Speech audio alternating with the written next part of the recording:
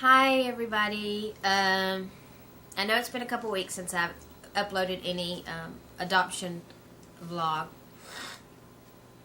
and I've been really busy because I am in the process of starting my own business, and I am sick again. So on all my vlogs, everybody's, because I have different little YouTube shows that I do as in addition to this. I'm going to sound nasally just like I did before. I think it's from my goddaughter, We have her over every few nights to spend the night here at the house. But when she goes, and she's been sick quite a bit, actually. She's 14 months.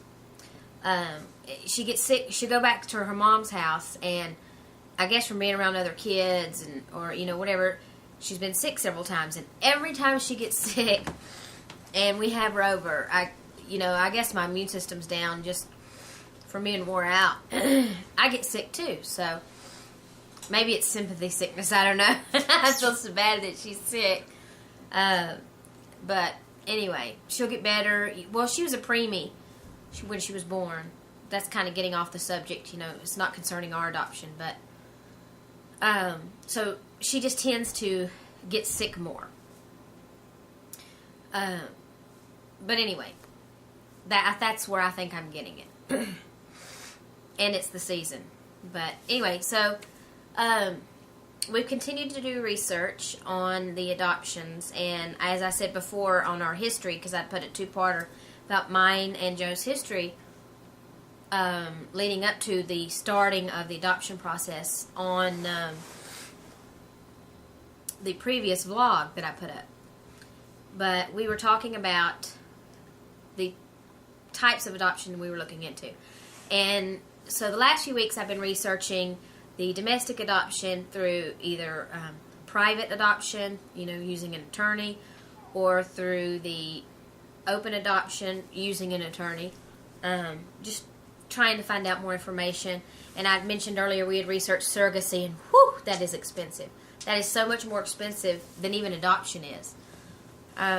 So I don't think that's an option for us, unless we could find a private surrogate, But then, I'd be a little concerned. I've been going back to my Yahoo groups, posting on there. And I had started this vlog for my husband and I, as well as, other adoptive parents, to just as an open discussion, video forum. Similar to the forums you can go through on Yahoo or Google. So many places have these forums. One that's really good that I have found out you can learn a lot from is Adoption Agency Research. They're very good and open and candid about their experiences with agencies. And I don't have anything against the agencies or anything like that. There are a lot of them I like. I just want to know what other people are going through. And how to not make mistakes in filing our paperwork and things like that.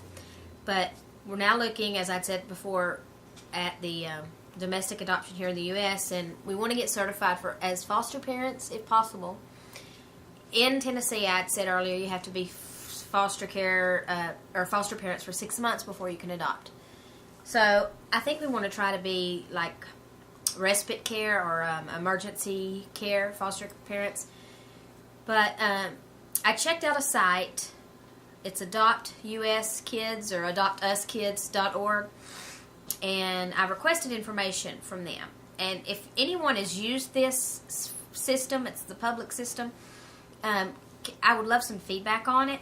I requested a local, how you fill out your information, and they sent me a little blue brochure. Basically says the same stuff on their website, and they said a local person would be contacting me about foster care classes. Well, I haven't heard anything yet. I've had to call them. But that could be, in our local area, somebody dropping the ball there. But, let me know if anybody's used this. I went on there with the photo listings and looked at some of the waiting children. I don't care. I don't have to have this perfect Caucasian, healthy newborn. That is not a big issue for my husband and I. I have some physical disabilities. I was born with some physical deformities. So, for me, it is no problem to work with a child with special needs because, you know, I was a special needs child. You know, I was a Shriner's child until I was 18. And I had to go there, you know, for my bones and things like that. So that's not a real big issue. And I grew up, my aunt took care, was like a CNA and took care of young adults with who had mental special needs. And so I'm used to that, you know, that's not a big issue for us. And so I saw some children that I would be interested in inquiring about on that waiting child list, you know, ranging anywhere from 1 to 7 or 8. Well, there was actually one girl, she was so adorable, but she was 13. But you have to have a completed home study, and we're not to that point yet because I want to make sure we pick the perfect agent or social worker for us. You know, I've talked to a few and I've got some applications. So just let me know your feedback. Who have any of you who've went through the foster care system, or through your, you know, or have adopted or in the process of adopting a waiting child? Let me know how that went for you or what your experience was with that. And I think I'm already at 7 minutes. I tend to be really long-winded. It's just a fact of who I am. So, and but my husband and I are still working on our formal birth mother video, which will not be as chatty as this is, you know. And he will, like I said, eventually join me when it gets brave enough to come on camera. He's actually on the other side of the camera looking at me now. He's really shy. But anyway, I'm going to wrap it up for now. That is our experience this week, checking into the Adopt. It's Adopt US Kids or Us. I don't know how they want to say it. .org. So check that out, or any of you who've used that, let me know. Or any of you who've went through the private or open adoption through an attorney. If you can let me know about your experience, the pros and cons of that.